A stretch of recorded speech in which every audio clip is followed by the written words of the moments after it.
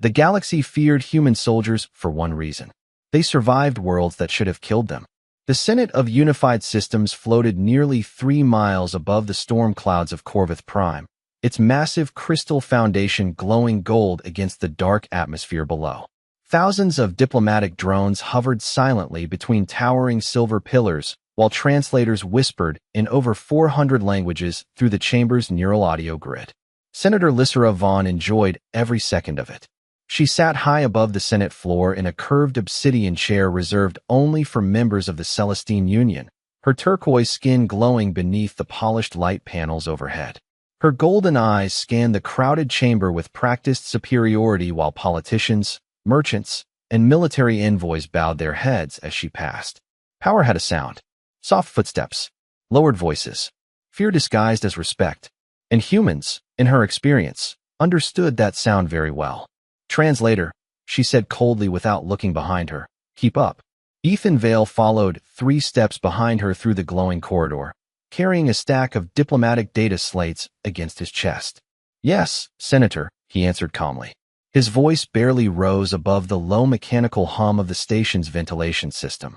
Lysera finally glanced back at him, irritation flickering across her sharp features. Human males were always larger than she expected. Ethan stood over 6 feet tall, broad-shouldered beneath the plain black diplomatic uniform issued to low-level Senate staff.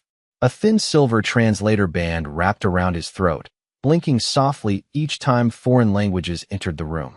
His brown hair was short, clean, military without trying to be. But it was his silence she disliked most. Humans usually reacted when insulted. They frowned, defended themselves, tried too hard to appear brave. Ethan Vale simply absorbed words like stone absorbed rain. Honestly, Lysera sighed loudly as nearby senators turned to listen. They assigned me a Deathworld translator. Was every qualified candidate unavailable? A ripple of restrained laughter spread through the corridor. Ethan kept walking. My qualifications exceed Senate requirements, Senator, he replied evenly. I'm sure they do. She stepped onto the central Senate lift as shimmering light rose around them. Tell me, human, is it true your species once fought wars over oil and flavored drinks? More laughter. Ethan adjusted the data slates in his arms. Among other things. Charming. The lift opened into the main chamber. The sight still impressed even veteran diplomats. Nearly 2,000 representatives filled the circular Senate floor beneath a ceiling of transparent alloy that revealed Corvith Prime's endless lightning storms. Blue flashes rolled across the clouds below like silent explosions beneath glass oceans. Ethan stepped aside while Lysera moved toward her platform. The translator's eyes scanned the room once. Fast, precise, habitual, emergency exits, security placements, elevated sightlines. Lysera noticed it immediately. You stare at the room like a soldier, she said quietly. I thought translators were supposed to be harmless. For the first time, Ethan hesitated. Barely a second. Old habits, he answered. Then he lowered his eyes again. A towering delegate from the Varkesh Dominion suddenly blocked Ethan's path. The alien stood nearly 8 feet tall, armored in dark ceremonial steel, heavy breath fogging through the vents along his jawline. Human, the Varkesh growled. Look at me. Ethan slowly lifted his gaze. The chamber noise seemed to dim slightly. The Varkesh warrior narrowed his eyes at the thin white scar running beneath Ethan's collar. Then another near his wrist. Old scars. Surgical scars. Military scars. Something unreadable flickered across the alien's expression. Not amusement. Recognition. The warrior stepped backward immediately. My apologies, he muttered before leaving without another word. Lysera frowned. Strange. Very strange. Ethan calmly moved beside her platform again, as if nothing had happened. But across the chamber, hidden behind polished Senate walls, an old military surveillance system had already locked onto the human translator's face. And deep within restricted Senate archives, a classified file began quietly loading. The Senate session began with the sound of artificial rain drifting through hidden speakers in the ceiling, a calming atmosphere chosen by species who believed soft noise prevented diplomatic aggression. Ethan Vale thought it sounded like static before an incoming strike. He stood behind Senator Lysera Vaughn's elevated platform while hundreds of representatives argued across the circular chamber below. Holographic trade routes rotated slowly in the center of the room, glowing blue against polished black marble. The air smelled faintly metallic from the station's climate processors. Too clean. Too controlled. Lysera leaned back in her chair, clearly enjoying herself as delegates competed for her approval. "Translate the Cordavian proposal," she said without turning toward him. Ethan touched the silver band around his throat. Streams of alien language flowed instantly through his neural implant. The Cordavian Union requests reduced military tariffs along the outer Perseus corridor in exchange for mining access to louder. Lysera interrupted sharply. "Some of us are not equipped with Deathworld hearing." A few nearby senators chuckled again. Ethan repeated the translation calmly, his voice steady and precise. He never stumbled over words, never lost emotional control. That bothered Lysera more than she cared to admit. Most humans carried emotion close to the surface. Anger, pride, fear. Ethan carried nothing. The senator rested her chin against one elegant turquoise hand while studying him carefully. There was something unnatural about restraint that complete. It felt less like patience and more like containment. Across the chamber, a security drone hovered silently between Senate tiers, scanning identification signatures. Its blue optic paused for half a second on Ethan's face. Then another drone did the same. Lysera noticed immediately. "Interesting," she murmured. Ethan did not react. The debate continued for another 20 minutes before a delegate from the Trian Assembly suddenly stood. "The Celestine Union speaks often of diplomacy," the insectoid senator hissed through clicking mandibles, "yet travels with armed predators beside them." Several eyes turned toward Ethan. Lysera smiled faintly. "My translator is perfectly harmless." Ethan lowered his gaze slightly. "Mostly," he said quietly. The Trian senator recoiled almost imperceptibly. That single word carried no threat at all, which somehow made it worse. A low vibration suddenly rolled beneath the chamber floor. Subtle, barely noticeable, but Ethan's eyes shifted instantly toward the ceiling, then toward the eastern balcony exits, then the ventilation shafts. Fast, calculating. Lysera caught the movement. "What is it?" she asked. Ethan listened for another second. Somewhere deep within the station walls, machinery changed rhythm. The kind of tiny mechanical delay most civilians never noticed. But he noticed. Of course he noticed. "Nothing yet," he answered. "Yet." The words settled coldly into her stomach. Before Lysera could respond, every light in the Senate chamber flickered once. Conversation slowed. The holographic displays briefly distorted with static. Security drones froze in midair for exactly 2 seconds before rebooting. Around the chamber, nervous murmurs spread instantly. Ethan stepped closer to Lysera's platform for the first time all day. Not aggressive. Protective. "Senator," he said quietly, "I need you to leave the chamber." Her golden eyes narrowed in annoyance. "Excuse me." Now. The softness in his voice vanished. It was not fear. It was training. The kind built under pressure most species would never survive. Lysera straightened immediately, offended by the tone. "You forget your position, human." Ethan looked directly at her then. Calm brown eyes. Empty of panic. Empty of ego. But suddenly very, very dangerous. "No, Senator," he said. "I remember it perfectly." Then somewhere above the Senate dome, something heavy struck the outer station hall. The second impact rattled the entire Senate chamber, hard enough to send ripples through the suspended holographic displays above the delegates' heads. Crystal panels trembled overhead. Somewhere deep in the station, emergency bulkheads began sealing with heavy metallic groans that echoed through the walls like distant thunder. Panic spread instantly across the chamber floor. Representatives who had spent decades speaking calmly about galactic stability suddenly looked terrified when the floor beneath them started shaking. Ethan Vale did not move.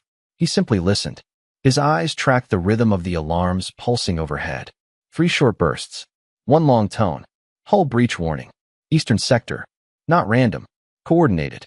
"Security systems are failing," one senator shouted. "Get us out of here." The chamber erupted into overlapping voices and flashing emergency lights. Hover drones darted through the air attempting to restore order while Senate guards rushed toward the exits with visible confusion. They were trained for diplomatic riots, not organized attacks. Senator Lysera Vaughn rose sharply from her platform, golden eyes scanning the chaos around her. This station has military shielding, she snapped. How did anyone get this close? Ethan finally answered without looking at her. Because somebody opened the door. Before she could process the meaning behind those words, every light inside the Senate dome vanished. Total darkness swallowed the chamber. Several frightened gasps echoed instantly through the room. Then the emergency red lights activated one row at a time, washing the massive Senate floor in dim crimson shadows. The atmosphere changed immediately. Softer, colder, dangerous. Ethan stepped forward and placed one hand against Lysera's Senate chair, positioning himself between her and the central chamber floor. The movement was so smooth it almost looked instinctive. Stay behind me, he said quietly. Lysera stared at him in disbelief. You do not give orders to a Celestine senator. Another impact slammed into the station. This one much closer. The transparent ceiling above them cracked in a thin silver line stretching nearly 30 feet across the dome. Gasps spread through the chamber. Several senators began running openly now. Ethan watched the fracture overhead for exactly 1 second before calculating the pressure stability in his head. Not catastrophic yet, but close. Very close. Then he noticed something else. No station-wide evacuation announcement. No military response frequency. No external defense activation. His expression hardened. Almost invisibly. They shut down command communications, he murmured. Who? Lysera demanded. Ethan looked toward the upper balcony levels where diplomatic aides normally observed Senate proceedings behind mirrored glass. Empty. Too empty. Professionals, he answered. Suddenly, a Senate guard stumbled backward through the western entrance, breathing hard through his armored mask. Security teams are down, he shouted. Unknown units inside the station. Fear rolled through the chamber like a living thing. Ethan's eyes narrowed. Unknown units. Not pirates. Not rebels. Real military operators never announced themselves. The guard looked toward Ethan next, confusion crossing his face. Wait, he whispered. The guard's helmet display had just finished scanning Senate personnel identities. Ethan saw the exact second recognition hit him. The guard immediately straightened his posture. Sir. Lysera noticed that too. Sir. Not translator. Not civilian. Sir. Ethan ignored the reaction completely. How many entry points were breached? The guard swallowed hard. 3 confirmed. Maybe more. Ethan nodded once, already mapping the station structure mentally. The old instincts returned so naturally it almost hurt. Pressure zones. Blind corners. Civilian movement. Containment routes. His body remembered things his mind spent years trying to bury. Around them, terrified senators pushed toward overcrowded exits while alarms reflected across polished black marble floors like blood-red water. Lysera looked at Ethan again, really looked at him this time. The stillness. The posture. The complete absence of panic. Humans were supposed to be emotional creatures. Loud. Reactive. But this man felt colder than most military species she had encountered. Then the massive Central Senate display flickered unexpectedly. Static rolled across the screen. A robotic voice echoed through the chamber. Restricted military archive accessed. Ethan's face changed for the first time all day. Not fear. Worse. Recognition. And slowly, across the giant Senate screen above them, an old classified human military file began to load. The giant Senate display flickered violently as corrupted data streamed across the crimson-lit chamber. Delegates froze where they stood. Even the alarms seemed quieter now beneath the weight of collective uncertainty. Senator Lysera Vaughn stared upward as lines of military code rolled across the suspended screen above the Senate floor. Accessing restricted Terran defense archives. Clearance level Omega Black. Then a single image appeared. Ethan Vale. Younger. Thinner. Standing beneath a gray sky, filled with smoke and frozen ash. His expression looked exactly the same as it did now. Empty. Controlled. Tired. The file continued loading beneath the image. Former Reconnaissance Commander. Black Reef Division. Karen 9 Survival Campaign. Status. Active Reserve.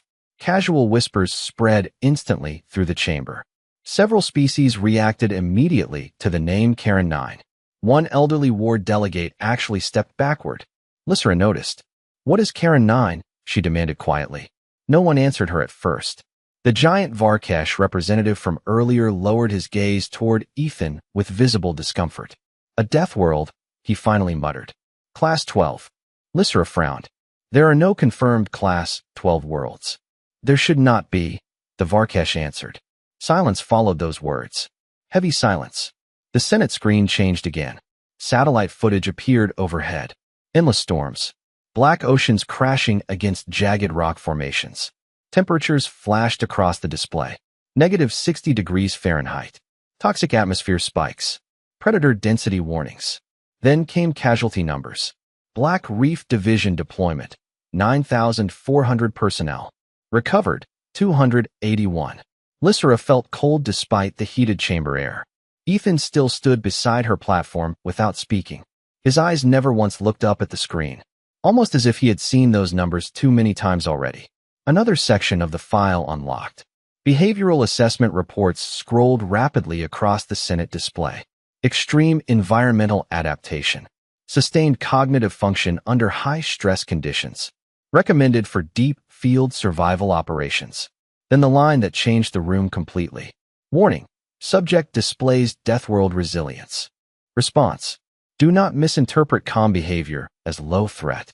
Several Senate guards instinctively tightened their grips on their weapons. Ethan noticed. Relax, he said quietly. If I wanted this room damaged, we would not still be standing here discussing it. The statement was calm, logical, honest. Somehow that made every species in the chamber more nervous. Lysra slowly turned toward him. You were military. Ethan exhaled softly through his nose. A long time ago. You never disclosed this. Nobody asked. Another violent tremor shook the station. Dust drifted from the upper crystal framework as distant metallic impacts echoed through the walls again. The Senate screen abruptly shifted to live security footage. Unknown armored figures moved through the lower station corridors with terrifying efficiency, disabling systems and sealing exits floor by floor. Professional movement. Coordinated timing. One Senate guard cursed under his breath. They are hurting us. Ethan's attention sharpened immediately. Toward the central chamber, he murmured. Exactly where they want every high-ranking delegate trapped. Lysra looked toward the overcrowded exits where frightened senators continued pushing against sealed emergency doors. Can security stop them? Ethan did not answer right away. He studied the station map, rotating faintly across a damaged side monitor. Calculating routes. Distances. Weak points. Old instincts moved behind his eyes like machinery waking up after years of silence. Finally he spoke. Not in time. For the first time since the attack began, real fear touched Lysra's voice. Then what do we do? Ethan looked at her directly. The red emergency lights reflected faintly across the old scars near his collar. We survive the next 10 minutes. Another file notification suddenly appeared across the Senate display. Additional sealed records detected. Command authorization required. Then the system paused, as if even the station itself hesitated before revealing what came next. The station lights dimmed again, this time low enough that the entire Senate chamber seemed submerged beneath dark red water. Emergency sirens pulsed slowly through the walls, while frightened delegates crowded together beneath the massive cracked dome overhead. The smell of overheated circuitry drifted through the air now. Somewhere nearby, power relays were failing one by one. Ethan Vale stood perfectly still beside Senator Lysra Vaughn's platform, studying the rotating station map on a damaged side display. Every corridor seal, every elevator shut down, every blocked access route. The attackers were not improvising. They knew the station too well. They are cutting us into sections, Ethan said quietly. Containment first. Extraction second. Lysra folded her arms tightly despite herself. Extraction of who? Ethan glanced toward the crowded Senate floor below them. You.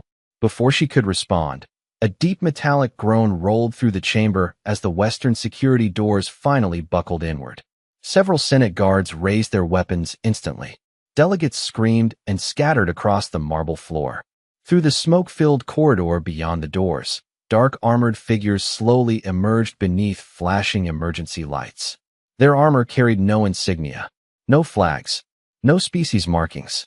Professional operators erased identity first. One of the Senate guards beside Ethan whispered nervously, "How many are there?" Ethan watched the movement patterns carefully. Calm, precise, disciplined spacing between units. Enough. Then everything changed. One of the attackers lifted a scanning device toward the Senate tiers. A narrow blue beam swept across the chamber until it suddenly locked onto Ethan's face. The armored figure stopped moving instantly. Around him, the other intruders hesitated too. Confusion spread visibly through their formation. Ethan saw it happen. Recognition. One of the attackers slowly lowered his weapon. Another took half a step backward. Even through the armored helmets, Ethan could feel the tension shift. Lysra noticed it immediately. "Why are they stopping?" she whispered. Ethan did not answer.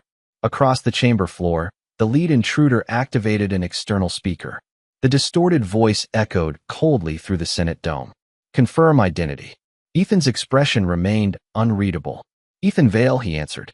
Silence followed, long enough that even the terrified delegates noticed something was wrong. Then the speaker crackled again. "Black Reef Division?" Several senators looked toward Ethan in disbelief. The human gave a single slow nod. The reaction was immediate. The armed figures lowered their weapons slightly, not surrendering, respecting distance, like predators recognizing something equally dangerous. Lysra stared at Ethan beside her. "Who are you?" she asked quietly. Ethan ignored the question. His eyes remained fixed on the intruders. "You are not here for senators," he said. "You are looking for station archive access." The lead figure answered after a pause. "Move aside, Commander. This does not concern civilians." "Commander." The word hit the chamber harder than the alarms. Several Senate guards slowly turned toward Ethan now with completely different expressions. Not suspicion anymore. Unease. The kind reserved for things with history attached to them. Ethan exhaled slowly through his nose. "You picked the wrong station." One of the intruders shifted nervously. "We were told you were dead." Ethan finally stepped forward. Not aggressively, calmly, but every movement inside the chamber seemed to freeze around him anyway. A lot of people were. The cracked Senate dome thundered overhead as another storm rolled across Corvith Prime beneath the station. Red emergency lights reflected faintly across Ethan's old scars, while terrified politicians watched a human translator speak to trained military operators like an equal. Or worse, like a former superior. Then the Senate archive system unlocked another restricted file automatically. A new image appeared across the massive chamber screen above them. Ethan standing beside a line of exhausted soldiers beneath frozen black rain. And beneath the image, one sentence slowly materialized in glowing white letters. Karen 9 Evacuation Event. Commander Ethan Vale disobeyed direct termination orders to extract civilians from collapse zone. Status: court-martialed. The Senate chamber had gone completely silent except for the distant groaning of stressed metal somewhere deep inside the station walls.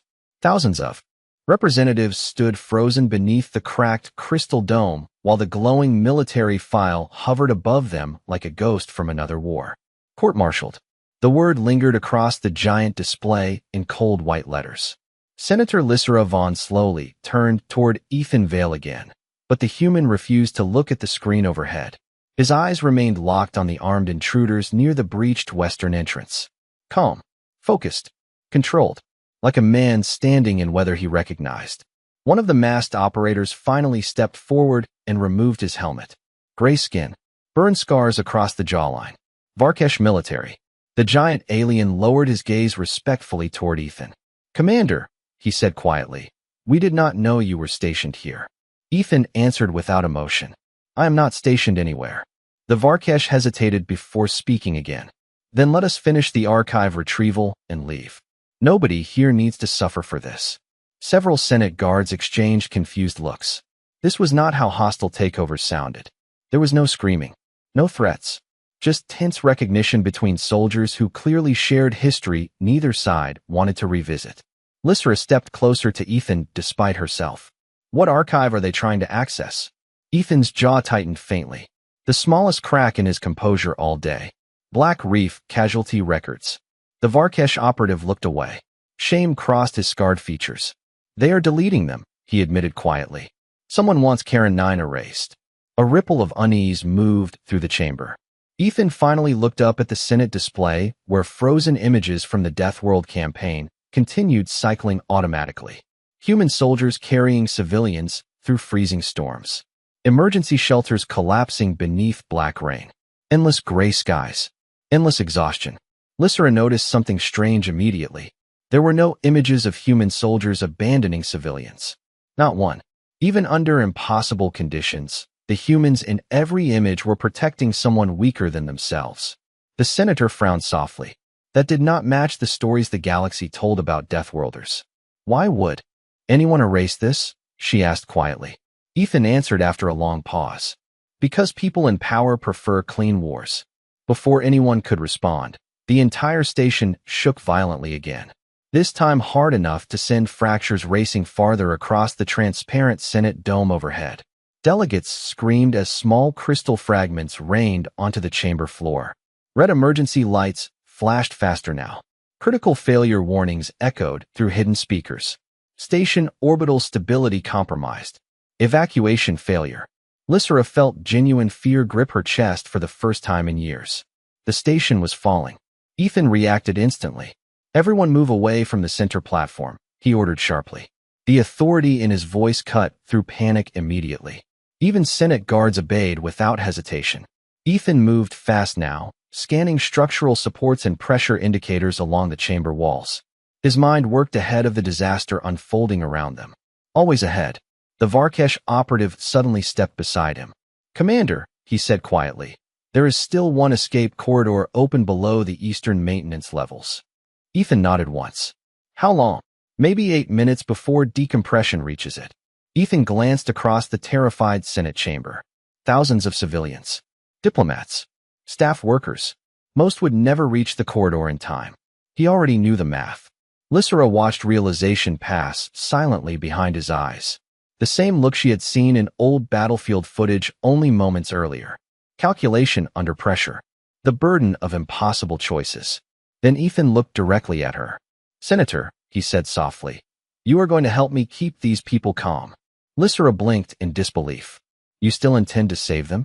Ethan stared at the collapsing chamber around them. That was always the job. Somewhere high above the Senate dome, another section of the station hull finally began to tear open to space. The sound of tearing metal spread through the station like the roar of some enormous creature waking up beneath the walls. Sections of the Senate dome continued cracking overhead, while emergency lights strobed violently across. Terrified faces below. Delegates pushed toward the eastern corridors in desperate waves, clutching data slates, ceremonial robes, and frightened children against their chests. The polished dignity of the Galactic Senate had vanished completely. Now there was only fear. Ethan Vale moved through the chaos with terrifying focus. "Single line through the eastern passage," he ordered. "Do not run. Do not stop moving." Somehow people listened. Even species that normally viewed humans as primitive Deathworlders obeyed instantly when Ethan spoke. Maybe it was his voice, calm under pressure. Or maybe it was because he looked like the only person in the chamber who had already accepted how bad things truly were. Senator Lysra Vaughn stood beside him near the collapsing Senate platform, helping direct civilians toward the maintenance corridors below. Her elegant turquoise robes were streaked with dust now, golden eyes sharp with concentration instead of arrogance. Ethan noticed the change immediately. She had stopped acting like a senator. She was acting like a survivor. Another violent tremor hit the station hard enough to throw several delegates off balance. The cracked dome overhead groaned dangerously. Ethan looked up once, then toward the nearest support pillar. Structural failure progressing faster than expected. He reached for a fallen emergency scanner and checked the station pressure levels. His expression hardened. "The eastern corridor will collapse in 6 minutes," he said quietly. Lysra stared at him. "There are still hundreds up here." "I know." No panic. No hesitation. Just math. The Varkesh operative approached quickly through the crowd. "Commander," he said, lowering his voice, "there is one more problem." Ethan already knew from the look in his eyes. "Say it." The emergency shuttles below the eastern hangar were sabotaged before the attack. Lysra froze. "What?" "Only one transport remains functional," the operative admitted heavily. "Capacity maybe 40 passengers." Silence hit harder than the alarms. Thousands trapped. One shuttle. Ethan closed his eyes briefly. Not from fear. From memory. Karen 9 had sounded exactly like this near the end. The same collapsing metal. The same impossible numbers. The same desperate faces waiting for someone to decide who lived long enough to reach safety. He opened his eyes again. Focus returned instantly. Then we use the cargo elevators. The Varkesh shook his head. They are unstable. So are we. Ethan grabbed a fallen tactical display from the floor and rerouted the station map manually. His fingers moved across the controls with practiced speed despite the shaking beneath his boots. The lower freight shaft connects to external maintenance rails, he said. If we move civilians through there, they can reach the emergency dock in waves. Lysra frowned. That route is exposed to open atmosphere. For 30 yards, Ethan answered. Enough to survive if we cycle the pressure doors correctly. The Varkesh operative stared at him in disbelief. That is insane. Ethan finally looked directly at him. No, he said quietly. It is human. Another section of the Senate dome shattered overhead. Wind screamed suddenly through the chamber as partial decompression ripped papers and debris upward into the darkness above. Delegates screamed and dropped to the floor. Ethan moved instantly, grabbing the nearest support rail with one hand while pulling Lysra down beside the platform with the other. The force of the escaping air lasted only seconds before emergency barriers sealed automatically across the breach. Then silence returned. Heavy breathing, flashing red lights, dust drifting slowly through the air like gray snow. Lysra looked at Ethan's hand, still gripping her arm tightly. Strong, steady, protective. The same human she mocked hours earlier had just reacted before the station systems themselves. Ethan released her immediately and stood back up. Move everyone now, he ordered. We are out of time. But before anyone could move, the Senate archive system activated one final classified transmission across the giant chamber display. A recording. Human military command. Ethan's younger voice answered through static-filled speakers. Negative, command. There are still civilians inside the collapse zone. Then another voice responded coldly through the recording. Commander Vale, those people are already dead. The chamber went silent as Ethan's reply echoed across the broken Senate dome. Then you can court-martial me after I bring them home. The old military recording faded into static, but nobody inside the broken Senate chamber moved afterward. Thousands of beings from across the galaxy stood beneath flashing emergency lights listening to the echo of a human soldier refusing to abandon civilians years before most of them had ever heard his name. Senator Lysra Vaughn slowly looked toward Ethan Vale again, and for the first time since meeting him, she understood something terrifying. The galaxy had mistaken human restraint for weakness. Another violent tremor rolled through the station, snapping everyone back into motion. Ceiling fragments crashed onto the Senate floor, while warning sirens shifted into a higher, sharper tone. Critical orbital decay detected. Ethan immediately stepped toward the eastern maintenance corridor. Move, he ordered firmly. Everybody moves now. This time nobody questioned him. Senate guards began organizing civilians into lines while the Varkesh operatives abandoned their archive mission entirely to help direct frightened delegates toward the freight shaft entrances below. The station no longer cared about politics. Gravity itself had become the enemy. Lysra followed close behind Ethan through the smoke-filled corridor beneath the Senate chamber. The lower maintenance levels looked nothing like the polished elegance above. Exposed pipes rattled overhead. Steam hissed from damaged conduits. Red emergency lights reflected across wet steel floors while the entire structure groaned around them like a ship sinking underwater. Ethan moved through it all with mechanical certainty. Seal that pressure hatch after the third group crosses, he instructed a Senate technician. Keep children in the center of the line. Nobody unclipped from the rail system outside. The technician stared at him nervously. Sir, have you done this before? Ethan paused for half a second. Too many times. Ahead of them, the first evacuation group reached the exposed maintenance bridge connecting the station to the emergency docking sector. Through shattered wall panels, open space stretched endlessly outside the station structure. Corvith Prime glowed beneath them through storms of blue lightning thousands of miles below.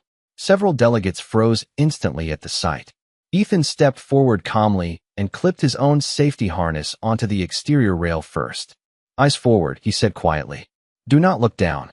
One frightened child from the merchant districts clung tightly to her mother near the bridge entrance.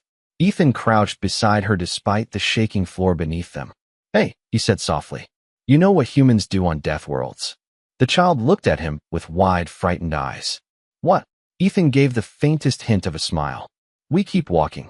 Then he stood and led the first evacuation group directly onto the exposed bridge himself. Wind screamed violently across the narrow structure as emergency lights flickered through the darkness. The station groaned louder behind them with every passing second. Lysera watched Ethan move from civilian to civilian, checking harness clips, stabilizing terrified delegates, carrying injured strangers without hesitation. Not once did he place himself first. Not once did he slow down. She realized then that his reputation frightened the galaxy for the wrong reason. It was not because humans survived impossible worlds. It was because they carried everyone else with them while doing it. Halfway across the bridge, another explosion somewhere inside the station sent a shockwave rippling through the structure. The bridge jolted hard sideways. Civilians screamed as metal cables snapped loose overhead. One of the support rails buckled violently near the center crossing. Ethan reacted instantly, locking both hands onto the damaged section before the movement spread farther down the bridge. Muscles strained beneath his black diplomatic uniform as the collapsing rail shook against him. "Keep moving," he shouted over the storm winds. "Do not stop." Lysera stared at him in disbelief. Hundreds of civilians continued crossing toward safety, while one exhausted human held the damaged bridge steady almost entirely by himself. The Varkesh operative beside her whispered quietly, almost reverently. That is why Karen 9 still remembers his name. Ethan's face tightened with effort as another shockwave rolled through the station. The damaged rail groaned dangerously beneath his grip. Then Lysera saw something that made her chest tighten unexpectedly. Even now, with the station collapsing around him, Ethan's first instinct was still to protect other people before himself. The last civilian crossed the maintenance bridge just as the station alarms shifted into one final continuous tone. The sound echoed through the exposed steel corridors like a funeral bell carried through space itself. Ethan Vale released the damaged support rail slowly, breathing hard for the first time since the attack began. The bridge beneath his boots groaned violently, twisted nearly to its limit. "Commander!" the Varkesh operative shouted from the emergency dock entrance. Now, Ethan looked back once toward the collapsing Senate station behind him. Fires burned inside distant shattered windows. Entire sections of the orbital structure had already begun breaking apart above Corvith Prime's storm-covered atmosphere. He had seen stations die before. They always sounded the same near the end. Metal screaming against gravity. Systems failing one breath at a time. Behind Ethan, Senator Lysera Vaughn stood frozen near the center of the bridge. Not from fear this time, from realization. Thousands of civilians were alive because one human translator refused to abandon them. Ethan walked toward her through the roaring wind. "Senator," he said calmly, "you need to move." Lysera looked at him differently now. No superiority. No mockery. Only exhausted understanding. "Why?" she asked softly. "Why do humans keep doing this?" Ethan frowned slightly. Doing what? Saving people who never respected them. The storm winds howled through the exposed structure around them, while emergency lights flashed across Ethan's tired face. He looked older suddenly. Not physically, spiritually, like someone who had carried too many impossible choices for too many years. "Because fear is easy," he answered quietly. "Mercy takes effort." Another violent tremor shook the bridge. Somewhere behind them, part of the Senate chamber finally collapsed inward with a deep, thunderous roar. Ethan immediately reached for Lysera's arm to steady her before the movement threw her sideways. Instinct again. Protection before self-preservation. Lysera stared down at his hand, gripping her sleeve. Human hands. Scarred. Rough. Built by survival instead of luxury. Then she noticed something else. Ethan's hands were shaking slightly now from exhaustion. He had simply hidden it until everyone else was safe. "You are injured," she whispered. Ethan glanced toward the fading emergency lights behind them. Later, the bridge groaned one final time beneath their feet. Ethan's expression sharpened instantly. "Move." They ran the remaining distance toward the emergency dock, while the damaged station continued tearing itself apart behind them. The moment Ethan and Lysera crossed the final pressure threshold, the outer bridge finally collapsed into darkness beyond the docking bay windows. Silence followed. Heavy. Absolute. Hundreds of exhausted civilians sat across the emergency dock floor wrapped in thermal blankets, while medics moved carefully between them. Nobody spoke loudly anymore. Near the far observation window, Corvith Prime glowed beneath endless storms while rescue ships drifted around the dying station debris in the distance. Ethan stood alone beside the glass, staring silently at the wreckage orbiting the planet below. His black diplomatic uniform was torn and covered in dust now, the silver translator band around his throat blinking weakly beneath cracked lighting. Lysra approached him slowly. For once, she had no prepared speech, no political mask. "The Senate will remember what you did here," she said quietly. Ethan kept his eyes on the stars outside. "That would be a mistake." "Why?" He finally looked at her. Calm brown eyes. Tired eyes. Human eyes. "Because if the galaxy only remembers humans when we survive disasters," he said softly, "then nobody learns how hard we tried to prevent them." Lysra felt something tighten painfully in her chest. Shame perhaps. Or admiration. Maybe both. Around them, rescued civilians slowly rested beneath the dim emergency lights while distant stars reflected across the observation glass like fragments of broken silver. Ethan turned back toward the drifting station debris one final time. And for the first time in galactic history, Senator Lysra Vaughn understood why Deathworld species feared humanity so deeply. Not because humans survived hell, but because somehow they still carried kindness out of it.